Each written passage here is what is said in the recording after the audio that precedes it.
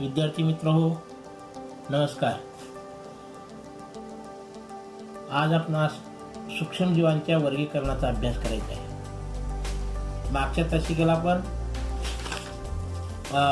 सजीवांचे जे वर्गीकरण आहे त्या वर्गीकरणामध्ये आपण सृष्टींचा अभ्यास केला. आता यापुढे आपल्याला सूक्ष्मजीवांचे वर्गीकरण. तर सूक्ष्मजीव हे मुख्यतः दोन प्रकारामध्ये विभागले आहेत. तर आपल्यासमोर जो तक्ता दिसतो त्या तक्त्यामध्ये सूक्ष्मजीवाचे मुख्य दोन प्रकार पाडलेले आहे. आदिकेंद्रिकी आणि दृश्य केंद्रिकीच्या अशा आधारे आपण दोन प्रकारात त्याची विभागणी केलेली पाहतो.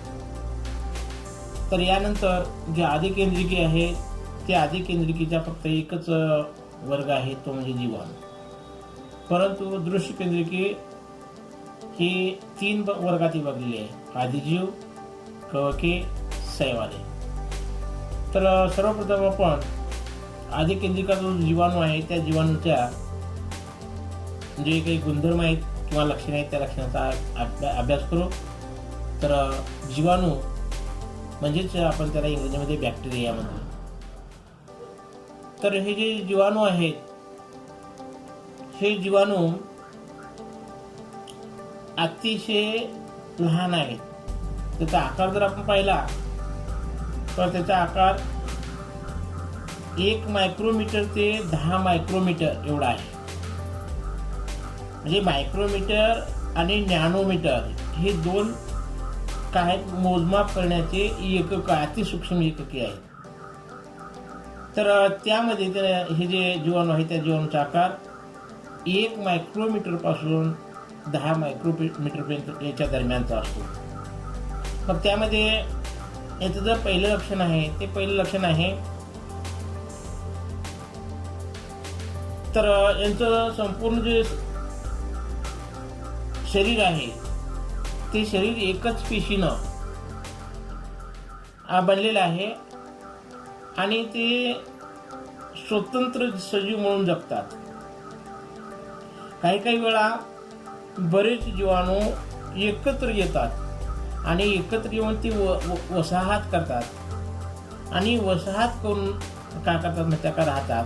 म्हणजे एकटी राहतात किंवा ते वसाहत करून जातात. अशा प्रकारचं पहिलं लक्षण आपल्याला लक्षात येतं. दुसरं लक्षण आहे जीवाणू हे पेशी आदिकेंद्रिकी अशा प्रकारचे असते. म्हणजे जीवाणू पेशीमध्ये आदिकेंद्रक आहे किंवा आदिकेंद्रिकी प्रकारचे आहेत. पेशी केंद्रक आणि पटलयुक्त अंगके नसतात. मुख्य जो पेशीतला भाग आहे केंद्रक तर नसतो, परंतु पटलयुक्त अंगके म्हणजे त्या अंगकांना आवरण अशा प्रकारचं जे अंगक असले जे हे पटल असलेले अंगक असतात ते या जीवाणूमध्ये आपल्याला पाहायला मिळत नाही. त्यानंतर पेशीभित्तिका जी आहे ती पेशीभित्तिका या जीवाणूच्या पेशीभोवती आढळते.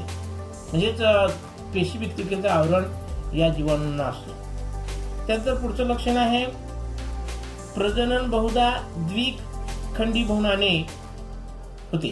आता द्विखंडीभवनाने याचा अर्थ काय आहे, एका पेशीचे दोन भाग होतात आणि एका पेशीचे दोन भाग होऊन त्यापासून काय होतं माहिती आहे का, या जीवाणूचं जे प्रजनन प्रक्रिया आहे, पुनरुत्पादन प्रक्रिया आहे ती होते. तर अशा प्रकारचे हे तिसरं लक्षण. त्यानंतर चौथं लक्षण आहे अनुकूल परिस्थितीत जीवाणू प्रचंड वेगाने वाढतात. तर अनुकूल परिस्थिती म्हणजे काय, तर त्या जीवाणूला जगण्यासाठी जी काही घटक आवश्यक असतात, हवा, त्यानंतर अन्न, त्यानंतर त्याचं वातावरण, अशा प्रकारची जी अनुकूल परिस्थिती आहे ती अनुकूल परिस्थिती उपलब्ध झाल्यानंतर मात्र जीवाणू प्रचंड वेगाने वाढतात. जवळपास त्यांनी सांगितलेलं आहे की 20 मिनिटाच्या कालावधीमध्ये हे जीवाणू संख्येने दुप्पट होऊ शकतात. म्हणजे समजा संख्येनं 100 आहेत तर 20 मिनिटामध्ये ते 200 होऊ शकतात. म्हणजे त्याची संख्या दुपटीनं होऊ शकते. तर अशा प्रकारे ही जीवाणूची काही लक्षणे. आणि आपल्या समोरच्या इथं तक्त्यामध्ये दाखवलेलं आहे. जीवाणू वेगवेगळ्या प्रकारचे वेगवेगळ्या आकाराचे या जीवाणू आहेत आणि त्या आकारांना जीवाणूचे प्रकार पडतात. तर इथं सर्वप्रथम आपण गोल आकाराचे जीवाणू पाहू, तर त्याला गोलाणू म्हणलं जातं. त्यानंतर दंडगोलाणू म्हणजे दंडगोल असतो आणि फक्त गोलाकार दिसतो म्हणून त्याला दंडगोलाणू असं म्हणलेलं आहे. तिसरा जीवाणू आहे दंडाणू, बेलण्याच्या आकाराचा, त्याला दंडाणू म्हणलं जातं.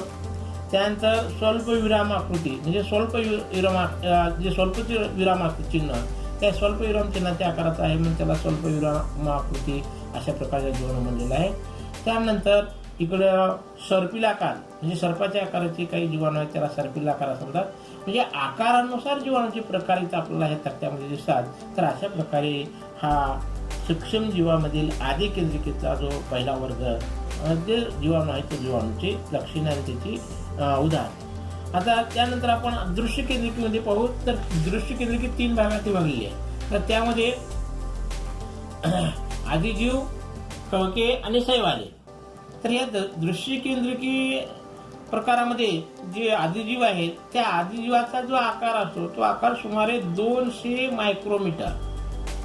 म्हणजेच आपण मागाचे जीवाणू पाहिले त्या जीवाणूच्या कितीतरी पटीनं मोठे असतात. ते फक्त 1 ते 10 मायक्रोमीटर म्हणलं आहे, परंतु हे सुमारे 200 मायक्रोमीटर इतक्या आकाराचे असतात. तर या आदिजीवाचे काही लक्षणे पाहू. तर पहिलं लक्षण आहे ही आदिजीव सर्वत्र आढळतात.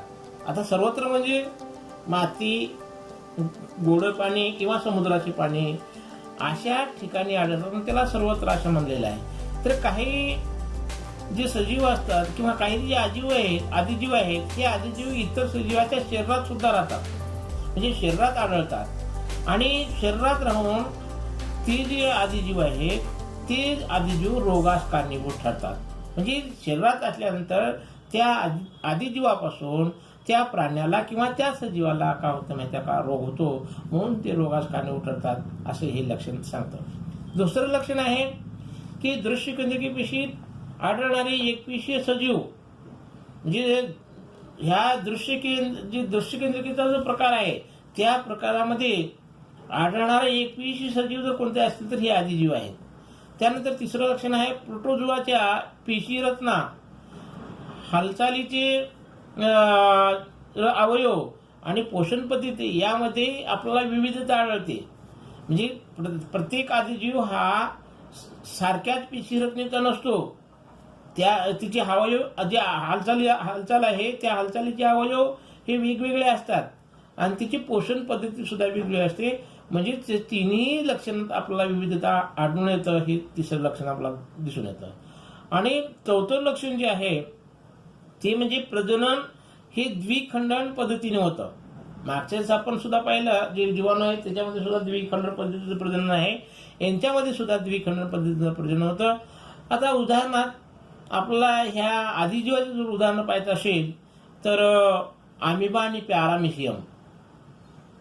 अमिबा आणि पॅरामिशियम जे आहेत हे गढूळ पाण्यात आढळणारे सजीव आहेत. त्यानंतर जे स्वतंत्र जीव जगणारे आहेत. त्यानंतर अँटॉमिबा हिस्टोलिटिका. हा जो अँटॉमिबा हिस्टोलिटिका आहे हा काय माहिती आहे का अमाऊस आहे. हा अमाऊस होण्यास कारणीभूत अमाऊस नावाचा रोग आहे. त्या अमाऊस नावाचा रोग होण्यास हा जो आदिजीव आहे हा आदिजीव कारणीभूत ठरतो. त्यानंतर प्लाझ्मोडियम व्हायवॅक्स. हा जो प्लाझ्मोडियम व्हायवॅक्स हा सुद्धा आदिजीव आहे आणि तो मलेरिया नावाचा जो रोग आहे ते रोग होण्यास कारणीभूत ठरतं किंवा त्याला आपण मराठीमध्ये हिवताप म्हणतो. ते हिवताप होण्यास कारणीभूत ठरतं. त्यानंतर युग्लिना. ही जी युग्लिना आहे ही युग्लिना काय माहिती आहे का एक स्वयंपोषी अशा प्रकारचा आदिजीव आहे. आता युग्लिना आपण जे दृश्य केंद्रिके पेशीच्या प्रकारातलं पाहिलं तर अशा प्रकारचे ही काय माहिती आहे का आदिजीवाची लक्षणे आणि तिची काही उदाहरणं. आता इथं क्लोरेल्ला दिसतंय, त्यानंतर प्लाझ्मोडियम दिसतंय, त्यानंतर सॅक्रोमायसिस दिसतंय. हे सगळे काय माहिती आहे का जवळपास ह्या सॅक्रोमायसिस वगैरे नाही तर पॅरामिशियम, अँटोमॅबिया ही काय आदिजीवाची उदाहरणं आहेत. आता त्यानंतर आपल्याला पुढे तिसरा जो वर्ग आहे म्हणजेच आपण दुसरा वर्ग समजू ह्या दृश्य केंद्रिके पेशीचा तर ती आहे कवके. तर ही जी कवके आहेत या कवकाचा आकार सुमारे 10 मायक्रोमीटर ते 100 मायक्रोमीटर असो. म्हणजे याचा आकार त्या दोन्हीच्या तुलनेत जर पाहिलं तर तो मध्यम आकाराची अशा कवका असतात.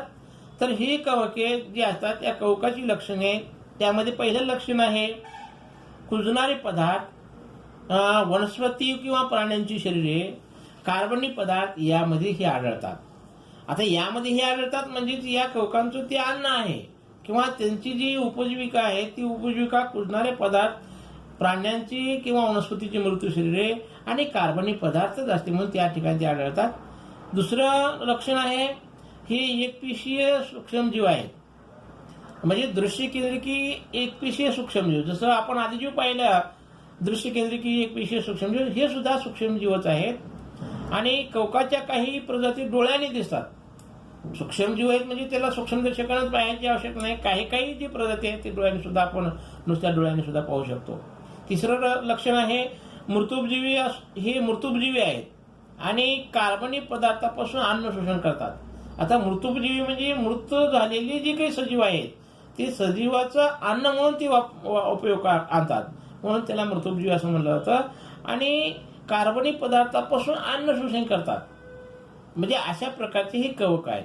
आता ह्या कवकाचं जे प्रजनन आहे ते प्रजनन 2 पद्धतीनं होतं. एक पद्धत म्हणजे लैंगिक पद्धत आणि दुसरी पद्धत म्हणजे अलैंगिक पद्धत. म्हणजे अशा दोन्ही पद्धतीनं काय होतं माहिती आहे का, या कवकाचं पुनरुत्पादन होतं. आता प्रजनन लैंगिक पद्धतीमध्ये होतं. यामध्ये काय होतं, द्विखंडन पद्धत होते आणि जी मुकुलायन द्विखंडन किंवा मुकुलायन पद्धत नव्हतं. आता अलैंगिक पद्धतीमध्ये काही सांगा आवश्यकता नाही. त्याच्यामध्ये लैंगिक पद्धतीमध्ये बीजाणू वगैरे निर्माण होतात आणि जे आपण अलैंगिक म्हणलं त्या अलैंगिक मध्ये द्विखंडन आणि मुकुलायन ह्या 2 अशा पद्धती आहेत. त्या पद्धतीने होतं. मग आता ह्या कवकाचं उदाहरण आहे ईस्ट, त्यानंतर कॅन्डिडा, त्यानंतर अळंबी. हे काय माहिती आहे का या कवकाची काही उदाहरणं आहेत. त्यानंतर ह्या दृश्य केंद्रिकेवरला तिसरा जो वर्ग आहे शैवाल. तर हा जो शैवाल आहे या शैवालाचा आकार सुमारे कवकाच्या आकारावरच असतो. म्हणजे 10 मायक्रोमीटर ते 100 मायक्रोमीटरचा असतो. आणि यांची जी लक्षणे आहेत ती लक्षणे म्हणजे हे शैवाल पाण्यात वाढतात. म्हणजे यांचं जे विकास आहे यांची जी वाढ आहे ती वाढ पाण्यात होते.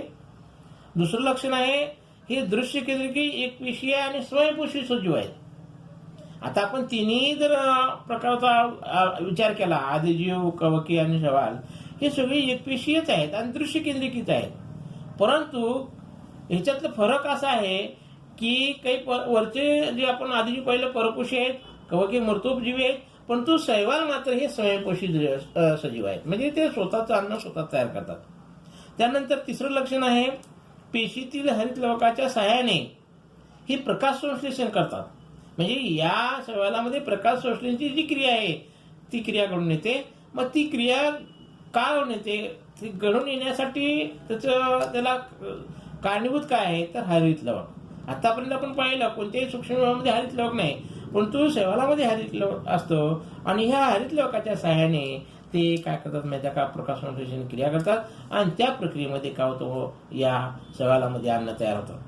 मग या शैवालाचे उदाहरण आहेत क्लोरेल्ला आणि क्लॅमिडोमोनास. हे क्लोरेल्ला आहे आणि क्लॅमिडोमोनास इथं आपल्याला या चित्रात दाखवलं नाही, तर फक्त आपण हे क्लोरेल्ला तेवढं एक उदाहरण पाहू. त्यानंतर ही जी शैवाल आहे या शैवालाच्या थोड्या प्रजाती हे एकपेशीय आहेत. म्हणजे त्यांचं शरीर एकच पेशीने बनलं आहे.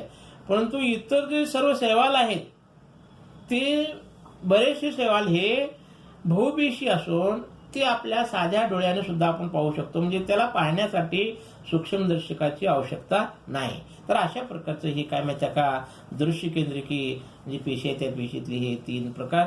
आता आपला पुढं पाहायचे आहे विषाणू. आता व्हायरस किंवा विषाणू म्हटलं तर आपल्याला सांगायची गरज नाही. 4-5 महिन्याचा काळ गेला जे कोविड-19 व्हायरस जे आहे ते विषाणू कशा प्रकारचे आपण थोडक्यात परिस्थितीमध्ये पाहिलेलं आहे. परंतु आता आपण आपल्या अभ्यासक्रमातलं जे विषाणू आहे ते विषाणूचा आकार, त्याची लक्षणे काय असते पाहू. तर या विषाणूचा आकार अंदाजे 10 नॅनोमीटर ते 100 नॅनोमीटर असतो. मायक्रोमीटर नाही.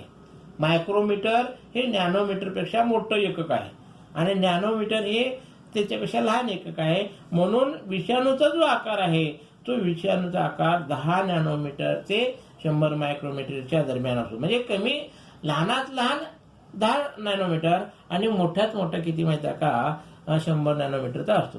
तर हे जे विषाणू असतात ह्या विषाणूंना सामान्यतः जर पाहिलं तर त्याला सजीव मानलं जात नाही किंवा ते निर्जीवही मानलं जात नाही. म्हणजे सजीव आणि निर्जीवांच्या सीमेरेषेत आहेत असं आपल्याला म्हणता येतं.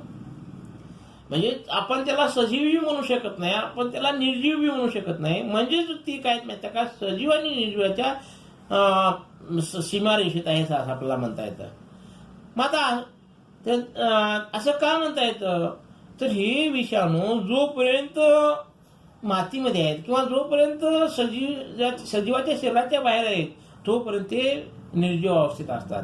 आणि एक वेळेस ते सजीवाच्या शरीरात प्रवेश केले की मग तिची संख्या वाढ राहते. म्हणून त्याला सजीवी म्हणता येत नाही किंवा निर्जीवी म्हणता येत नाही. आणि या विषाणूचा अभ्यास करण्यासाठी सूक्ष्मजीवशास्त्रात त्याचा सखोल असा अभ्यास केला जातो. मग आता हे जे विषाणू आहेत ह्या विषाणूची लक्षणे काय आहेत, तर विषाणू हा अतिसूक्ष्म अशा प्रकारचा एक सूक्ष्मजीव आहे. म्हणजेच तो जीवाणूच्या तुलनेत जर आपण विचार केला तर तो 10 ते 100 पटीपेक्षा लहान असतो. म्हणजे या जीवाणूपेक्षा तो कितीतरी आकाराने लहान असतो. आणि फक्त याला जर आपल्याला याचा अभ्यास करायचा असेल किंवा याला जर पाहायचा असेल तर त्याला आपणाला इलेक्ट्रॉन सूक्ष्मदर्शिनीच आपल्याला हा पाहू शकता येतात. आता आपण आदिजीव किंवा कवक यांचं जर आपण हे केलं तर त्यांना आपला सूक्ष्मदर्शकाच्या संयुक्त सूक्ष्मदर्शकाच्या सहाय्याने पाहता येतं. परंतु याला इलेक्ट्रॉन सूक्ष्मदर्शिनीच आपल्याला आपण पाहू शकतो. दुसरं जे लक्षण आपल्याला असं म्हणता येतं की स्वतंत्र कणाच्या रूपात हे आढळतात. आणि ह्याचा जो रेणू आहे म्हणजे तो लांब लचक प्रकारचा रेणू असतो आणि लांब लचक प्रकारचा रेणू असून त्याला प्रथिनाचं आवरण असतं. म्हणजे त्याला पडदा असतो प्रथिन रेणूचा. मग आता ही जे लांब लचक रेणू आहे हा कशापासून बनलेला असतो, तर DNA किंवा RNA पासून बनलेला असतो. DNA किंवा RNAचा लांब लचक असा रेणू आहे आणि अशा प्रकारचा हा काय तो विषाणू असतो. त्यानंतर वनस्पती व प्राण्याच्या जिवंत पेशीत ती राहू शकतात. म्हणजे याला राहण्यासाठी जिवंत पेशीची आवश्यकता असते आणि याच पेशीच्या मदतीनं विषाणू स्वतःची प्रथिने काय करतात, बनवतात व स्वतःच्या असंख्य प्रतिकृतिका ते निर्माण करतात. म्हणजे त्याच्या स्वतःची प्रतिकृती निर्माण करण्याची जी क्षमता आहे ही क्षमता या विषाणूमध्ये आहे. आणि त्यानंतर यजमान पेशींना नष्ट करतात. म्हणजे यजमान पेशींना म्हणजे त्या प्राण्याच्या किंवा त्या सजीवाच्या शरीरात असलेली जी पेशी असतात त्या पेशींना ते नष्ट करतात आणि त्याची प्रतिकृती मुक्त होतात. मुक्त विषाणू पुन्हा नव्या पेशींना संसर्ग करतात. म्हणजे अशा प्रकारे विषाणूची संख्या वाढत जाते आणि जे त्या प्राण्याच्या शरीरात असलेली जी पेशी आहे त्या पेशींना त्याचा संसर्ग होतं आणि त्या पेशी संख्या काय होते, कमी होत जाते. आणि पुढचं लक्षण आहे विषाणूमुळे वनस्पती व प्राण्यांना विविध रोग होतात. प्राण्यांनाच रोग होतात असं नाही तर वनस्पतींना सुद्धा विविध रोग होतात. आता त्याच्यामध्ये 2 विषाणू आपण एक आहे टोमॅटो विल्ट विषाणू. तर जे टोमॅटोना होणारा जो विषाणूजन्य रोग आहे तो विल्ट विषाणू आहे. आणि जे सॅक्रोमायसिस जो आहे हा सॅक्रोमायसिस सुद्धा एक प्रकारचा विषाणूच आहे आणि त्यामुळे सुद्धा काय होतं माहिती आहे का, प्राण्यांना वनस्पतीला रोग होतात. तर अशा पद्धतीनं हे आहे सूक्ष्मजीवाचे प्रकार, सूक्ष्मजीवाचे विविध उदाहरणं आणि त्याची लक्षणं. आता तुम्हाला पुढे आपला जो काही 25% भाग कमी झालेला आहे त्यातले आपल्याला आपल्या मूल्यमापनासाठी तो भाग नाही, आपला अभ्यास करण्यासाठी आहे. फक्त जे 25% भाग कमी केले त्याच्यामध्ये माहीत आहे का तुम्हाला आणि इंटरनेट माझा मित्र हे जुनी आपल्या मूल्यमापनासाठी विचारला जाणार नाही. तर अशा पद्धतीने हा आपला झाला सूक्ष्मजीव आणि त्याचं वर्गीकरण किंवा सूक्ष्मजीवाचे प्रकार आणि सजीव सृष्टी व सूक्ष्मजीवाचे वर्गीकरण हे आपण अभ्यास केलं. तर ह्याचे जे स्वाध्याय आहे हे स्वाध्याय आपल्याला ह्याच्यामध्ये पाठवलं जाईल आणि त्या स्वाध्यायाची जी प्रश्नोत्तरे आहेत ते तुम्ही लिहून सोडवून तुम्ही काकरा जे माझा व्हॉट्सअप नंबर आहे त्याच्यावर पाठवा. तर अशा पद्धतीनं आपण इथंच थांबू. पुढील जो भाग आहे तो भाग आपण पुढच्या तासिकेला अभ्यास करू.